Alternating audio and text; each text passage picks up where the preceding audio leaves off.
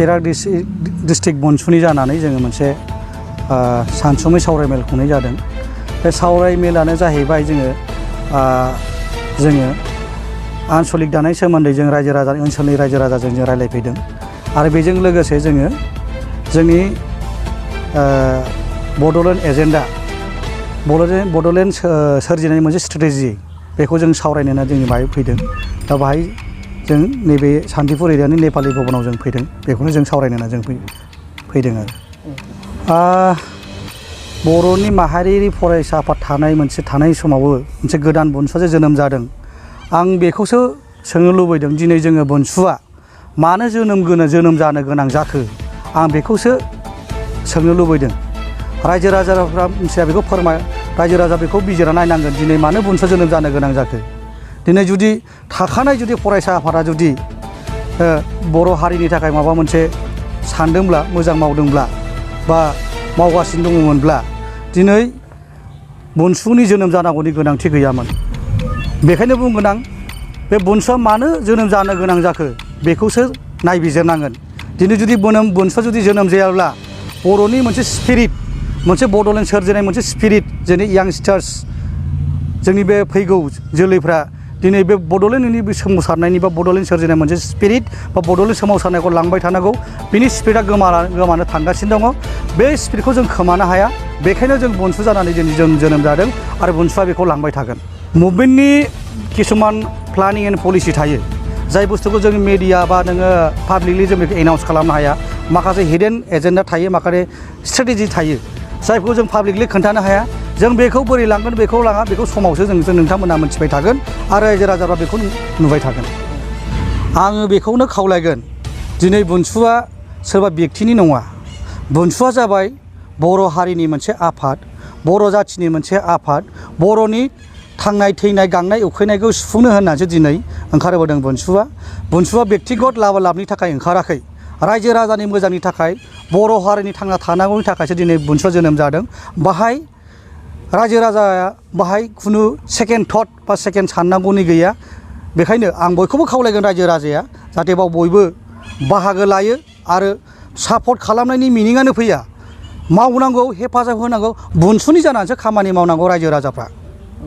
दिनै जों नुबाय थादों ससियेल मिडियानि थ्रुयै जे बनसुखौ अबेबा मोनसे हानजायासो जोनोम होदों होननानै, नाथाय बे बाथ्राया नंखाय। जोनोम होनाय जिनिसा बारा गोबाव जोरा। जों दिनै बनसुआ गावनि हारिनि गांनाय उखैनाय थैनाय थांनायखौसो लानानै दिनै जोनोम जादों। बनसुआ सोरबा आफादजों जोनोम होजानाय नङा। बनसुआ जाबाय मोनसे हारिनि माबाखौसो लानानै, स्ट्रेटेजिखौ लानानै, बड'लेण्ड सोमावसारनायखौ लानानैसो दिनै बनसुआ जोनोम जादों आरो बाहाय बयबो गोरों गोरायानो बारसोमदों। इन्डिभिजुवेलि जुदि नायोब्ला बयहाबो नोङो इडुकेसनेलि क्वालिफाइड बेक्ति दङ आरो बेजों लोगोसे ससियेलि इक'नमिकेलि बयहाबो गावबा गाव बेकग्राउन्ड दंखायो। थेवब्लाबो दिनै बैफोरबायदि बेक्तिगत सार्थखौ गारनानै, बेक्तिगत लाइफ स्टाइल फेसिलिटिखौ गारनानै दिनै बनसुआव खामानि मावनो होननानै, बर' हारिखौ मोजां मोननासो मावनो होननानै ओंखारबोदों। बेखायनो आं बेखौ बुंगोन, रायजो राजाफ्रा सेकेन्ड मार्कखौ गुलाय गुजाय साननो नाङा। अबा राजनितिक हान्जाजों जोनोम होदों होनना बेखौ साननो नाङा। चिरां जिल्ला हिसाबै जितु HS आरो SSLC आनजादाव उन जानायखौ जों नुनो मोनदों, बे माबा मोनसे खारनफोर थानो हागौ नामा? दा जोंनि बिजिरनायाव, जोंनि नायनायाव जों हयथ' 100% नङाबो जानो हागौ। दा गोबाङानो बुंगासिनो दङ, जेनेबा जों दिनै चिरां जिल्लानि मेट्रिक रिजाल्टनि जिथु रिजाल्टआ गाज्रि, बेखौ गोबां रोखोमनि जाहोन होगासिनो दङ। बिनि गेजेराव अबेबा मेला खुंनाय, पिकनिक खुंनाय, बेफोरखौ जों नुबोगासिनो दङ। दा बेफोर मोनसे जाहोन जानो हागौ। बेजों लोगोसे आङो जोंनि जिथु फोरोंगिरिफ्राबो एक्टिभलि हयथ' बाहाय बाहागो लायाखै जानो हागौ, जायनि फालाव दिनै रिजाल्टआ गाज्रि।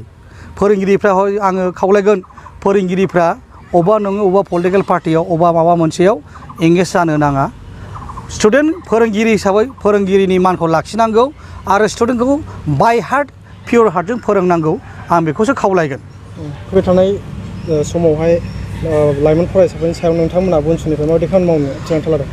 आङो बेखौनो बुंगोन बुनसुनि जानानै जे लाइमोनफ्रा दिनै फरायनायाव गाज्रि जालांगासिनो दङ लाइमोनफोरजों लोगोसे जोंनि इक'नमिक कन्डिसना गाज्रि जालांगासिनो दङ दा बेखायनो आं रायजो राजाखौ खावलायगोन नोंथांमोना बे परिबेसखौ गोख्रैनो चेन्ज खालामनानै मोनसे मोजां परिबेस लाबोनांगौ रायजो राजा नोंथांमोना जाहाथे जोंनि गथ' गथाय लाइमोनफ्रा मोजां सिन्था धाराफ्रा मोजां जायो साननाय हनायफ्रा मोजां जायो आखल आखुफ्रा मोजां जायो बेखायनो आं खावलायगोन रायजो राजा गारजेनफोरखौ जोंनि बिमा बिफाखौ आं खावलायगोन जाहाथे परिबेसखौ मोजां खालामो साननाय हनाया मोजाङाव लाबोयो गुबुंलेखौ साननो नाङा आरो बैफोरबायदि गुबुंले बारजों गोरोबफानो नाङा आं बेखौ खावलायगोन ड्राग्सनि प्रब्लेमा जिथु जोंनि बड'लेण्ड हालामाव गैयामोन नाथाय बे खेबावहाय जों नुनो मोन्दों दे जोंनि बड'लेण्ड हालामाव ओरैबायदि बारायबोगासिनो दं बे ड्राग्सनि केसा बाहाय जोंनि बिमा बिफा गारजेन आरो जोंनि रायजो राजाफोरा बाहाय जोबोद दायित्व लानांगौनि दङ मोनसे गाज्रि आखु मावदोंब्ला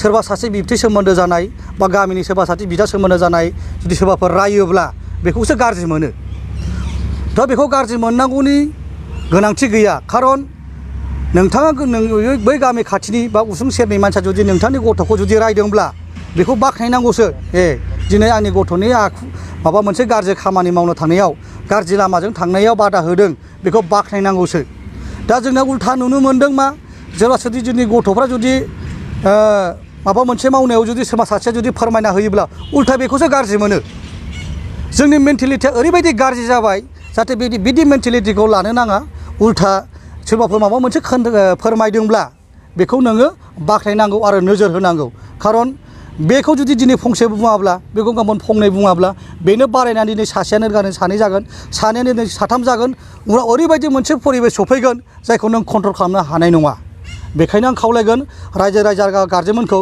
बिथांमोना दायित्वखौ लायो बयबो दायित्वखौ लायो आरो बादा होलायनाया जोंनि बिराद खुब गोनांथार बिबान थाबाय खालि अर्गानाइजेसनल' नङा एभ्रि इन्डिभिजुवेल्स बयहाबो दायित्व दंसै आरो आङो बेजों लोगोसे जोंनि पुलिस प्रसासनखौबो आं खावलायगोन पुलिस डिपार्टमेन्टखौबो आं खावलायगोन जिहेथु बिस्रा नेटवार्कआ स्ट्रं बेखायनो आं बेखौ खावलायगोन बिथांमोनाबो बेखिनि हाबा मावनायाव जाहाथे हेफाजाब होयो रायजो राजाखौ मदद खालामो आरो दायित्वखौ लायो आं बेखौ खावलायगोन